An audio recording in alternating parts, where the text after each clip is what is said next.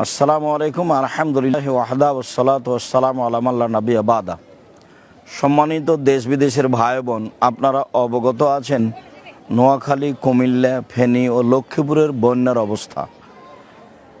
আলহামদুলিল্লাহ, আমরা প্রথম দিন থেকেই জামিয়া সালাফের পক্ষ থেকে আর দাওয়াইলার ছেলেদের মাধ্যমে ঢাকা দহর থেকে স্পিড বোট ভাড়া নিয়ে গিয়ে তাদের উদ্ধারের কাজ চালিয়ে যাচ্ছে।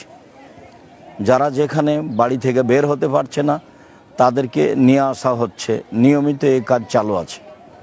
সাথে সাথে আমরা ইতিমধ্যে প্রায় 12 ট্রাক শুকনো খাদ্যদ্রব্য এবং প্রয়োজনীয় জিনিসপত্র যেমন পানি, ঔষধ, মোমবাতি, ম্যাচ, দেশলাই এগুলো বিতরণ করে আসছি।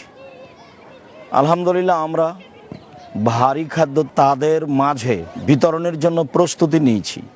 তাতে থাকবে চাউল, ডাল, তেল, আরও প্রয়োজনীয় জিনিস। সম্মানিত ভাই ও বোন, আমরা পরবর্তী পদক্ষেপ নিতে যাচ্ছি বন্যা নেমে গেলে যাদের বাড়িঘর ভেঙে গেছে বাড়িঘর নির্মাণ করে দেওয়া এবং যাদের পুকুরগুলি ভেসে গেছে তাদের আর্থিক সহযোগিতা করা।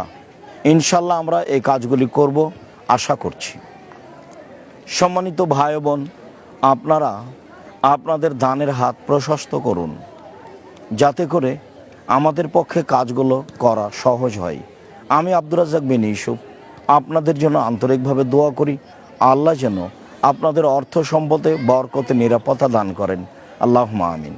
আসসালামু আলাইকুম।